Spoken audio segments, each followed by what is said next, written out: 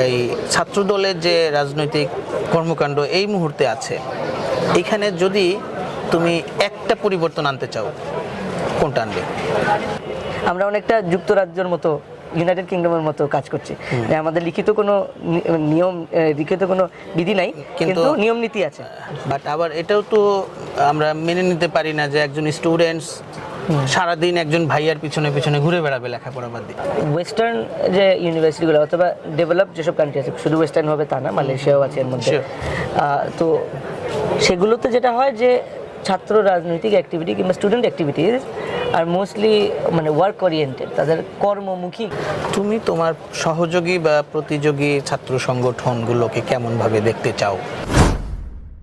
তার মানে তুমি যে কথাটা বললে, যদি আমি বুঝে থাকি যে তোমার ওভারঅল কেন্দ্রীয়ভাবে ছাত্রদল কি করতে পারে সেটা নিয়ে তোমার ভাবনা আছে, যেটা তুমি এই জায়গায় সুযোগ পেলে একটা কিছু করে তুমি তাদেরকে দেখাতে পারতে। এখন আমার প্রশ্নটা আরেকটু উপরে চলে গেল।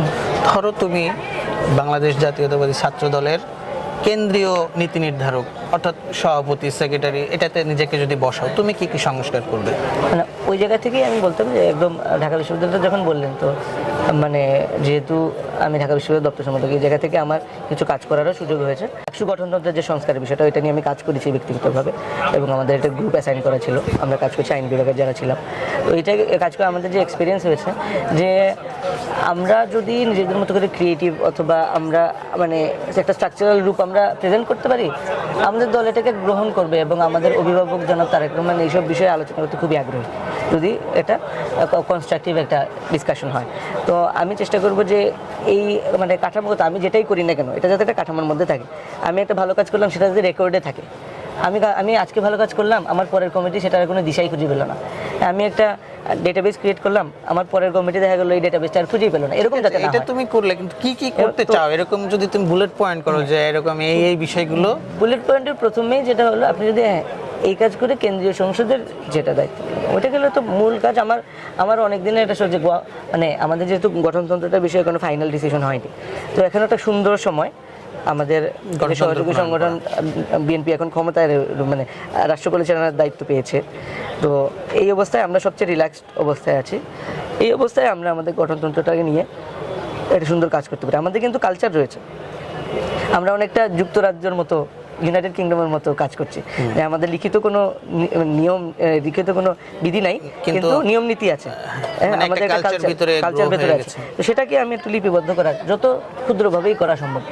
হয়তো ছোট করলাম, সব কিছু লিখলাম না, একটা কাঠামোর মধ্যে আনলে এটা একটা ভবিষ্যতের জন্য আমাদের সংগঠনের জন্য। তুমি যদি ওয়েস্টের স্টুডেন্টদের অ্যাক্টিভিটিসগুলো দেখো, এক্সট্রা কারিকুলার, লেখাপড়ার বাইরে তারা যা করে বিভিন্ন ইউনিভার্সিটির, তার সাথে আমাদের দেশের ছাত্র রাজনীতির যে ডিফারেন্স, এটাকে তুমি, আমি বলবো না তাদের তা আইডিয়াল তাদের মতো হতে হবে, বাট আবার এটাও তো আমরা মেনে নিতে পারি না যে একজন স্টুডেন্টস সারাদিন একজন ভাইয়ার পিছনে পিছনে ঘুরে বেড়াবে লেখাপড়া বাদ দিয়ে। অথবা যে কেউ চাইলেই আমি ছাত্র নেতা বা আমি কর্মী হয়ে গেলাম, এটা রিক্রুটমেন্টের কোনো পলিসি থাকবে না। এই জিনিসগুলো তো আসলে একটা এইভাবে চলতে পারে না। এই জায়গায় তোমার অফকোর্স মানে এটা আমাদের আর্থসামাজিক বাস্তবতার একটা বিষয় বটে, বাট ওইটার বাইরে গেলে যেটা আমি দেখেছি যে ওয়েস্টার্ন যে ইউনিভার্সিটিগুলো অথবা ডেভেলপ যেসব কান্ট্রি আছে, শুধু ওয়েস্টার্ন হবে তা না, মালয়েশিয়াও আছে এর মধ্যে। তো সেগুলোতে যেটা হয় যে ছাত্র রাজনৈতিক অ্যাক্টিভিটি কিংবা স্টুডেন্ট অ্যাক্টিভিটিস আর মোস্টলি মানে ওয়ার্ক ওরিয়েন্টেড, তাদের কর্মমুখী করে, যে তারা কর্মসংস্থান বেশি, কিংবা যারা রাজনীতিও করতে চায় তারা সেক্রেটারিয়াল জব করে, তারা ওই যে যখন ইলেকশন ক্যাম্পেইনস হয় তারা গুরুত্বপূর্ণ কাজ করে ওইখানে, সেক্রেটারিয়াল কাজ। তো দেখা যায় কি আমরা ছাত্রদলের ইয়াতে হলেও দেখা যায় কি আমরা ওইসব কাজে কিন্তু খুব কমই সুযোগ পাই। তবে এইবার একটা খুব ভালো উদাহরণ আমাদের দল সৃষ্টি করেছে, পোলিং এজেন্ট প্রশিক্ষণ শুরু করে, এরপরে আমাদের মানে পুরা সব আসনের জন্য টিম করে দিয়েছে প্রচারণার জন্য। তো আমাদেরকে ফ্যাসিলিটেট করছে। এখন আমাদের ছাত্র দলের কাজ হবে আমরা আরও যত নিজেদের কার্যক্রমকে পরিশীলিত করে ওই যে কর্মমুখী, যে আমাদের প্রত্যেকটা কর্মী যাতে একজন স্কিলড সিটিজেন হয়ে গড়ে উঠতে পারে, এবং আমরা যদি মানুষের সামনে আদর্শ হতে পারি। এরকম প্রোগ্রাম ছাত্র দলের মধ্যে কি কি প্রোগ্রাম আছে এই মুহূর্তে? এই মুহূর্তে তো আসলে প্রশিক্ষণ প্রোগ্রাম কিছু ছাড়া, মানে আমরা এখন তো একটা মানে ট্রানজিশন পিরিয়ড চলছে আমাদের, ধরেন মানে মাত্র বিএনপি সরকার গঠন করলো, তো এখন আবার কিছু মানে পুনর্গঠনেরও গুঞ্জন চলছে। তো তার মধ্যে আসলে সক্রিয় কর্মসূচি ওভাবেই আনাই, তবে ম্যাগাজিন একটা রিলিজ হলো, ওটা নিয়ে কাজ হচ্ছে, মানে সাহিত্য এবং পড়ালেখা চর্চায় মানুষকে একটা উৎসাহিত করার কার্যক্রম চলছে। তবে যতটুকু করা আগামীতে হচ্ছে এরকম অনেকগুলো কাজ এর আসলে থেকে আনা আসলে উচিত। সামনে কাজ করার স্পেস অনেক বেশি এবং সুযোগ অনেক বেশি আমি বলবো। এই জন্য মানে বুলেট পয়েন্টে বললে একটা শখের কথা তো বললাম, বাট আরও অনেকগুলো কাজ রয়ে গেছে যে হাত দিলেই কাজের কোনো অভাব নেই। কিন্তু করার হয়তো সুযোগ আগে এত বেশি হয়নি, কারণ আমরা 17 বছর করলাম ফ্যাসিবাদের বিরুদ্ধে আন্দোলন, এরপরের 2 বছর গেল আসলে মানে একটা খুব বিশৃঙ্খল অবস্থা আমরা ফেস তুমি করলাম। সামনে কাজ করতে চাইলে সহযোগিতা পাবে। এটা তো অবশ্যই, এটা তো আমি মানে শতভাগ আশাবাদী, কারণ আমি যতটুকু দেখেছি যে আমাদের যে সাংগঠনিক অভিভাবক জনাব তারেক রহমান, উনি কাজের ব্যাপারে খুবই সিরিয়াস এবং খুবই উৎসাহী। তো ওনাকে যদি আমরা নিজেদের উৎসাহ দিয়ে এবং নিজেদের পরিকল্পনা দিয়ে কনভিন্স করতে পারি, উনি অবশ্যই আমাদেরকে কাজ করার স্পেস দেবেন এবং উনি এরকম খুবই ভালোবাসেন। এরকম এখন যদি বিষয়টাকে এভাবে বলি যে ওনার কাছে সবগুলো কাজের বিষয় নিয়ে যে এত দূর যেতে হবে কেন? না, উনি তো আমাদের সাংগঠনিক অভিভাবক, ঠিক তো আছে। নীতিগত যেসব সিদ্ধান্ত হয় আমরা, উনি যে আমাদেরকে বাধ্য করেন সেটা তো নয়, উনি আমাদের অভিভাবকের মতো। যেমন আমার বাবাকে তো আমি না না না সেটা জিজ্ঞেস তো করি। অবশ্যই আমি বলছি তো তো- ছাত্র দলের কেন্দ্রীয় সভাপতি সেক্রেটারি আছেন, এখন তুমি তার সংগঠনের একজন যে কোনো লেয়ারের নেতা, তুমি একটা সুন্দর পরিকল্পনা বললা, সে শুনলো, ভালো কাজ সে উৎসাহ দিবে, করতে দিবে, সে হয়তো ওখানে জানাবে, তাই তো ব্যাপারটা এরকম হ্যাঁ, তো সেরকমই। এটাই। এইখানে আমি মনে করি যে আসলে আমাদের এই ছাত্র দলের যে রাজনৈতিক কর্মকাণ্ড এই মুহূর্তে আছে, এখানে যদি তুমি একটা পরিবর্তন আনতে চাও, কোনটা আনবে? আমি আসলে একটা মূল্যায়নের মানে মেট্রিক তৈরি করব, ওকে, কারণ আমরা দেখেছি যে যেসবই বিচার হয়, মানে পদের মূল্যায়ন বলেন কিংবা অন্য জায়গায় মূল্যায়ন বলেন, মানে যোগ্যতার সঠিক মূল্যায়নটা। সিটিজেন তৈরি করতে চান তাইলে আপনি মেরিট বেসড যে মূল্যায়ন সেটা আপনার করতেই হবে। এখন আপনার কি কি কার্যক্রম আছে, কি কি আপনি এক্সপেক্ট করেন ছাত্র দলের কোন নেতাকর্মীদের থেকে, সেসব সেট করে আমরা ক্রাইটেরিয়া ঠিক করব।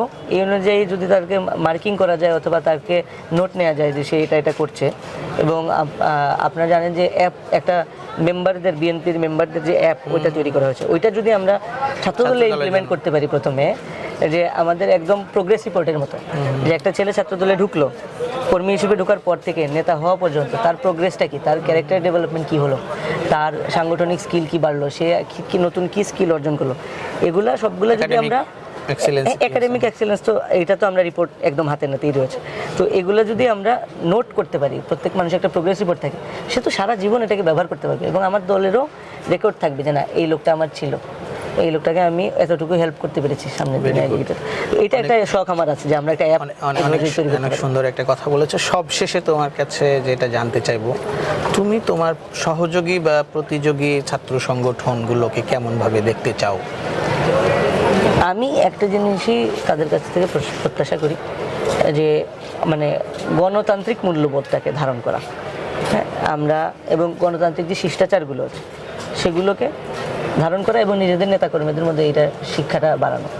হ্যাঁ, মানে ইফ ইউ টেক নোট, যে আমার এই ক্ষেত্রেও আমাদের দলের ভিতরে অনেক কাজ করার সুযোগ আছে এবং অনেক মানে ট্রেনিংয়ের ভেতরে আনা যায় আমাদের নেতাকর্মীদেরকে, যে রাজনৈতিক শিষ্টাচার, ইভেন কিভাবে কথা বলতে হয় অন্য একটা দলের নেতাকর্মী বা বলেন একটা নারী নেত্রীর সাথে সে কোন ভাষায় কথা বলবে, কীরকম বডি ল্যাঙ্গুয়েজ তার থাকবে, এটা যদি সে অ্যাটলিস্ট জানতে পারে সে তো চেষ্টা থাকবে তার, তো আমরা তো জানাচ্ছি না।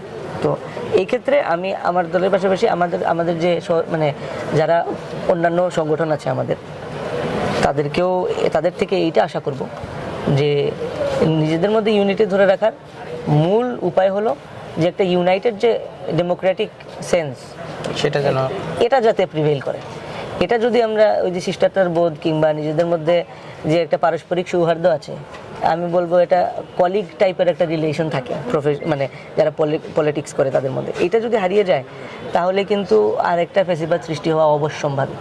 তো এই ক্ষেত্রে তাদের থেকে এটাই আমার প্রত্যাশা থাকবে যে ওনারা যাতে এটা ডেভেলপ করে, কারণ যত যাই হোক রাজনীতিবিদ, একজন রাজনীতিবিদ আরেকজন রাজনীতিবিদের কলিগ, এই সেন্সটা হারিয়ে গেছিল বলেই কিন্তু এই আওয়ামী লীগের এই যে দুঃশাসনের তৈরি, এবং আজকে তারা হারিয়ে গিয়েছে রাজনৈতিক প্রেক্ষাপট থেকে।